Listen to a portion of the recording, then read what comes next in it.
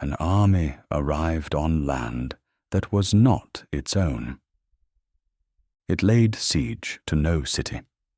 It crossed another state's borders, marched north for 1,000 li, and stopped on a wide stretch of open plain, where it drew itself into ranks.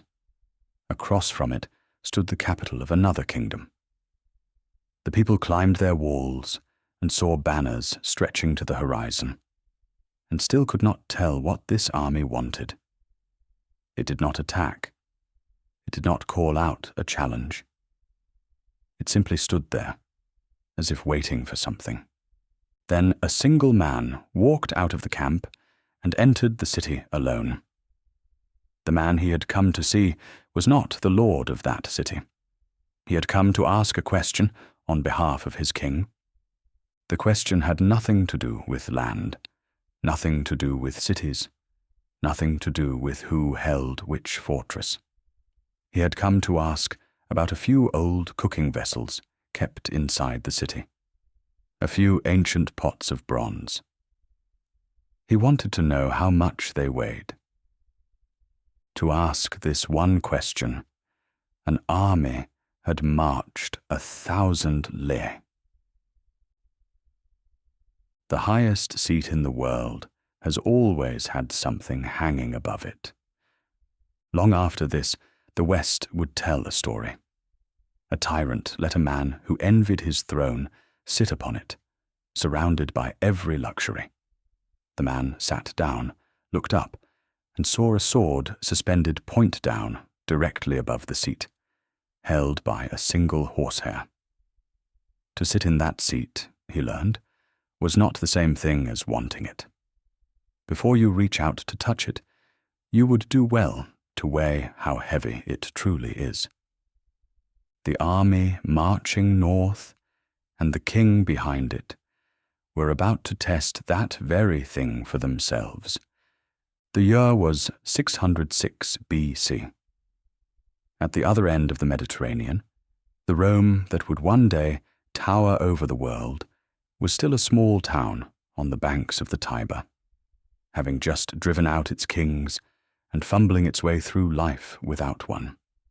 The democracy of Athens, its temples of marble, all of that lay more than a century away. At that end of the world, nothing had begun yet. At this end, an army already stood at the feet of heaven's mandate. The vessels they had come to ask about were no ordinary pots. They were the 9 Cauldrons, the mandate of heaven made solid on earth. And the man asking their weight was named Xiong Lü, known to those who came after as King Zhuang of Chu. To understand why he dared to ask, you have to see where he came from. Chu lay in the south. In an age when the Yellow River Valley was the center of the world, the Chu of the Yangtze was held by the lords of the Central Plains to be something close to barbarian. The rulers of the central states, however strong, were still in name the dukes and marquises that the Zhou king had enfeoffed. Only Chu had long since called itself a kingdom, a title equal to the Zhou king's own. It paid little heed to the rights of the Zhou house, and cared little for how the Central Plains looked at it. It had its own mountains and rivers, its own gods, its own way of living, and in the south it had grown quietly into something vast. In the hands of Xiong Lü, this great beast was ready to move north. But for the first 3 years after taking the throne, the new king did nothing. He issued no commands. He left the business of the court untouched. Day and night he drank and took his pleasure in the palace. For 3 years, the whole of Chu watched their ruler the way one watches a hopeless man who cannot be propped up. But a young king with no commands to give, was a young king with no power to defend himself. The court he had inherited was thick with men who had killed kings before. Powerful clans held the army and the treasury. A ruler who displeased them could be gone before morning, and a boy on the throne who showed too early which men he meant to remove would not live to remove them. So he showed them nothing. He let them believe the throne had fallen to a fool, a drinker, a man already finished, because a fool is not worth the knife. Every cup he raised in that palace was a wager with his own life, that if he played the wastrel long enough, the men sharpening their blades in the dark would lower them and wait and let him live. Behind the wine, from behind cold eyes, he was counting, learning who was loyal and who was not, who could be used and who had to go. At last, a minister could bear it no longer. He came before the king, and instead of speaking plainly, he offered a riddle. On a hill in the south, he said, there is a great bird. It has perched there 3 years. In 3 years it has not flown, and it has not cried out. What kind of bird is this? Xiong Lü understood him. He gave a single answer. This bird, he said, has not flown for 3 years, but once it flies, it will pierce the sky. It has not cried out for 3 years, but once it cries, it will startle the world. The wager was over, and he had won it. When the 3 years were up, he seized the government all at once. He struck like thunder. Those who had to die, died. Those who could serve were raised up. The men who had spared the harmless drunkard discovered, too late, what they had spared. In one stroke, he gathered the whole power of Chu into his own hands. The bird that had crouched for 3 years had taken flight. The direction it flew was north. In the years that followed, King Zhuang led this wakened beast north, one campaign at a time. He pacified the lands around him, subdued his vassals, and pressed the spear point of Chu inch by inch toward the heart of the central plains. The lords of those plains, one after another, were beaten or brought to heel. But the man leading this army north was not only a conqueror. One night, at a feast in his own palace, the lamps were suddenly blown out in the dark, and in the confusion, a drunken officer laid hands on one of the king's consorts. She tore the chin strap of the man's helmet loose and pressed it into the king's hand. Call for light. Find the man whose strap is broken, and he is the one. King Zhuang did the opposite. He ordered every man present to tear off his own chin strap before the lamps were lit again, so that no one could be singled out, and the feast went on as though nothing had happened. Years later, in a hard battle, one officer fought through the enemy line again and again until the day was won. It was the man from that night. The king who could have killed him had, without knowing it, bought his life back with a moment of restraint. He governed the same way he forgave. He raised up a minister named Sun Shuao, a man who built waterworks and let the people grow rich, and who died so poor he left his family nothing. This was the other face of the beast moving north. Not only the strength to take, but the judgment to know when not to.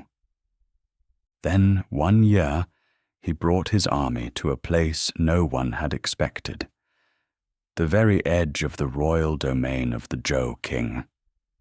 This was still, in name, the center of the world. The place where the 9 Cauldrons stood was the capital of the Zhou king. From the day King Wu overthrew Shang and moved the cauldrons here, These 9 great vessels had been the mandate of heaven made solid. Whoever held the cauldrons held the mandate. No one dared touch them. No one dared ask after them. No one dared so much as look at them too long, because they did not belong to men. They belonged to heaven. King Zhuang halted his army here. He did not attack the city. He did something far more brazen than an attack. Under the pretext of reviewing his troops on the Zhou border, he arrayed his army in a show of force. The Zhou king could not sit still. He sent out one of his ministers to bring comfort to this army, and to feel out what this great beast from the south actually wanted. This minister was named Wang Sun Man. The 2 men met in the camp. After the courtesies, King Zhuang spoke. He asked about no land, no city, named no advantage that could be seen or touched. He asked about the 9 cauldrons. How large, he asked, were the king's 9 cauldrons, and how heavy? When the words were out, the air in the whole tent froze. To ask the size and weight of the cauldrons was never a question about bronze. It was to say aloud, to the face of the king's own envoy, a thing no one dared to say. That thing which is the symbol of heaven's mandate. I have set my eye on it. I want to know whether I can carry it off. This was the most brazen reach a lord had made toward the mandate since the Zhou court fled east. Years before, Duke Zhuang of Chu had put an arrow through the king's shoulder, and what that arrow pierced was the rights. What King Zhuang of Chu pierced with this question was the ownership of the mandate itself. He was no longer content, as Duke Huan of Qi had been, to borrow the king's name, nor to stand among the lords on his word, as Duke Wen of Jin had done. He had walked straight up to that seat and reached out his hand to weigh the sword hanging above it. Everyone in the tent watched Wang Sun Man, waiting to see how he would answer. He was one unarmed man, in a tent ringed by an army that had marched 1,000 li to stand here. Behind him, 300 years of the house of Zhou. He did not raise his voice. Whether a house rises or falls, he said, has never been settled by the cauldrons. It is settled by virtue. He traced the cauldrons back to their origin. Long ago, when Yu the Great tamed the floods, he divided the realm into 9 provinces. Each province sent in its bronze, and the 9 cauldrons were cast, and on them were figured the mountains, rivers, and spirit creatures of every land, so that the people might know what to revere and what to avoid. The cauldrons were precious, not because of the bronze, but because the one who cast them had virtue, and the hearts of the people followed him. When virtue flourished, he said, the cauldrons might be small and still too heavy to move. When virtue decayed, they might be large and yet light enough to be carried away. Long ago, Jie of Xia lost the way, and the cauldrons passed to Shang. The tyrant Zhu of Shang was cruel, and the cauldrons passed again to Zhou. The cauldrons were never something to be taken by force, or won by weighing how heavy they were. The virtue of the house of Zhou might perhaps have waned. But heaven's mandate had not changed. The weight of the cauldrons was not a thing that he had any standing to ask. The whole reply rests on its first line. It lies in virtue, not in the cauldrons. You ask how heavy these cauldrons are, but you have asked in the wrong place. Their weight was never in the bronze. The 9 cauldrons stand here before you, and with all your tens of thousands of soldiers, you still could not move them, because what you lack is not strength. A man without virtue who walks up to the cauldrons sees only a heap of bronze. And what claim does a heap of bronze give anyone to command the world? This was the same old saying that the Duke of Zhou had repeated 3 centuries before, when he guided the young King Cheng. Heaven shows no favor. It aids only the one with virtue. On the night King Wu overthrew Shang, the mandate had moved for the first time because of virtue. Now, in an army camp on the Zhou border, the boldest challenger of all heard the very same words. King Zhuang listened and did not ask a second time. No one of his age was stronger or bolder. He had brought his army to the feet of the mandate and asked the one question no one dared ask. And the sword above that seat, he weighed it not with his own hand, but in the silence after Wang Sun Man stopped speaking. Then the army turned south. It had not been driven back. A single sentence had done what no army on that plain could have done. The great beast of the south, carrying the ambition it had spoken aloud and then swallowed again, drew back into the south. King Zhuang remained, ever after, one of the strongest hegemons of his age. He never took the 9 cauldrons, but those 4 words, to ask the weight of the cauldrons, became a phrase every Chinese still understands. It means a man's open, undisguised hunger for the highest power of all. And the question he had put to Wang Sun Man's face was a question that every strong man of the spring and autumn age was asking in his own heart. Duke Huan of Qi was asking it when he borrowed the king's name. Duke Wen of Jin was asking it when he built his standing on his word. That highest seat in the world, can I reach it? Am I worthy of it? King Zhuang was only the first to ask it aloud. The answer he received was the oldest one there was, that the cauldrons could be weighed and coveted and surrounded by 100,000 troops, and still not be moved by a man who lacked what the bronze stood for.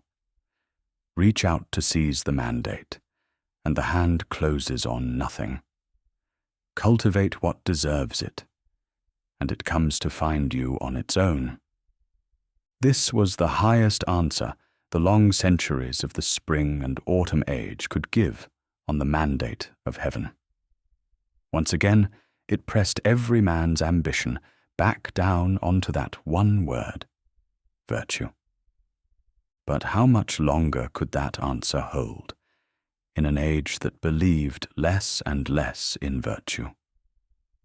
King Zhuang had asked the wrong question. He had asked how heavy the cauldrons were, as though the mandate were a thing one could lift. Far to the west, in a frontier the central states would not dignify with a glance, a frontier his own Chu looked down on. A state called Qin was asking a different question, and asking it without words. Not how heavy are the cauldrons, not whether I am worthy to lift them. Only this: what would it take to make them mine, and how long am I willing to wait? Chu had asked aloud and drawn back. Qin never asked at all. It kept its head down, counted the years, and began, quietly, without a single envoy or a single boast, to build the thing that would one day make the question of weight meaningless. The beast of the south would not be the one to carry the cauldrons home. The silence in the west would. Its story would not have its turn until much later. Before that, the river of the mandate had a few more bends to round. It would run past a man who dug open a grave and whipped a corpse for the blood debt of his father and brother. Past a book of war that taught how to break an enemy's army without fighting. Past a king who tasted gall as he waited for his revenge. Next time, we begin with the man whose hair turned white in a single night, who swore he would dig open his enemy's grave.